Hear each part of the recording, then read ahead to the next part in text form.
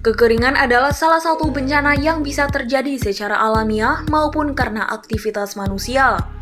Dikutip dari laman Badan Penanggulangan Bencana Daerah atau BPBD Nusa Tenggara Barat pada Selasa 20 Agustus 2022, kekeringan yang terjadi secara alamiah dibedakan menjadi 4, yaitu kekeringan meteorologis disebabkan karena tingkat curah hujan suatu daerah di bawah normal. Kekeringan hidrologis diakibatkan ketika pasokan air tanah dan air permukaan berkurang. Kekeringan argonomis berkaitan dengan berkurangnya kandungan air di dalam tanah sehingga pertumbuhan tanaman dapat terganggu. Kekeringan sosial ekonomi adalah suatu kondisi kekurangan pasokan komoditi ekonomi dari kebutuhan normal akibat kekeringan meteorologi, hidrologi, dan pertanian. Sedangkan kekeringan antropogenik merupakan kondisi yang disebabkan karena aktivitas manusia, baik pada pola penggunaan air berlebihan maupun kerusakan kawasan tangkapan air.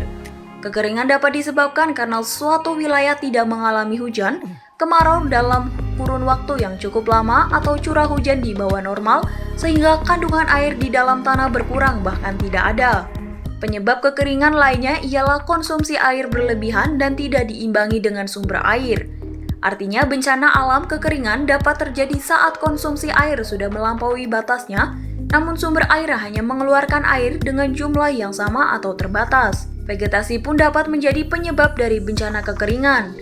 Di wilayah yang masih memiliki vegetasi lebat, pasti memiliki cadangan air lebih banyak jika dibandingkan wilayah yang tidak memiliki vegetasi atau lahan gundul. Ketika musim kemarau datang, maka wilayah yang memiliki sedikit pohon akan memiliki cadangan yang sedikit pula, karena pohon-pohon tersebut sudah tergantikan bangunan khususnya di daerah perkotaan.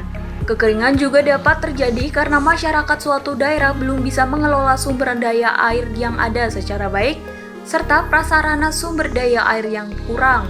Begitu pula ketika sumber air tersebut dimanfaatkan terlalu berlebihan hingga airnya habis, maka pemanfaatan sumber daya air tidak dapat berkelanjutan. Ada pula faktor iklim yang berpengaruh kekeringan di antara gangguan keseimbangan hidrologi. Keseimbangan hidrologi adalah keseimbangan pergerakan, distribusi, kualitas, serta siklus air. Keadaan akan semakin parah ketika sumber air yang ada di suatu wilayah jumlahnya sedikit dan jaraknya yang jauh. Sumber air yang jaraknya jauh tersebut akan semakin menyulitkan masyarakat ketika kekeringan melanda.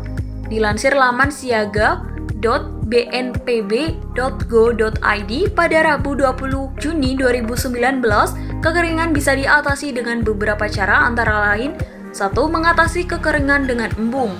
Embung atau penampung air hujan bisa menjadi cara untuk mengatasi kekeringan saat musim kemarau. Ini diperuntukkan untuk menyediakan air ketika kemarau panjang.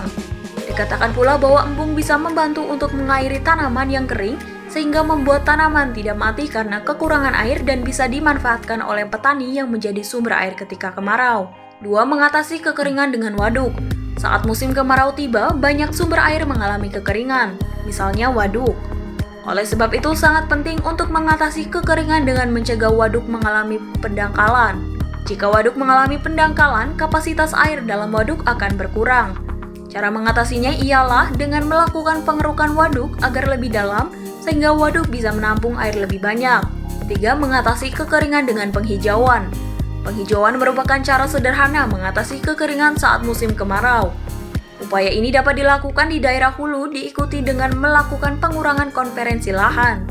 Pasalnya, konversi lahan bisa mengurangi kemampuan lahan dan menyerap air hujan. Penghijauan juga bermanfaat untuk mengurangi sedimentasi sehingga tidak akan terjadi pendangkalan waduk.